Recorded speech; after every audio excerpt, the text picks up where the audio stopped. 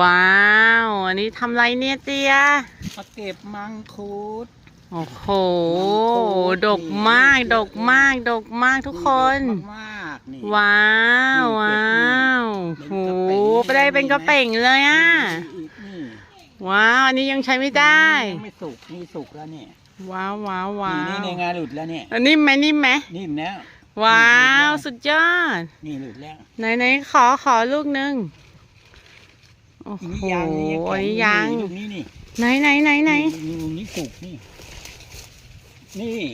ว้าว นี่ไม่สุกนิ่มแล้วเหรอยังไม่นิ่มยังไม่นิ่มแต่ก็น่าจะกินได้แล้วแหละมันแดงแล้วเนี่ยใช่นี่โอ้โหสวยงามสวยงามสวยงามสวยงามนี่สุกโอ้โหทุกคนดู สวยมากเลยอ่ะสุกแล้วสวยมากนี่เราได้ผลงานของเราเพียบเลย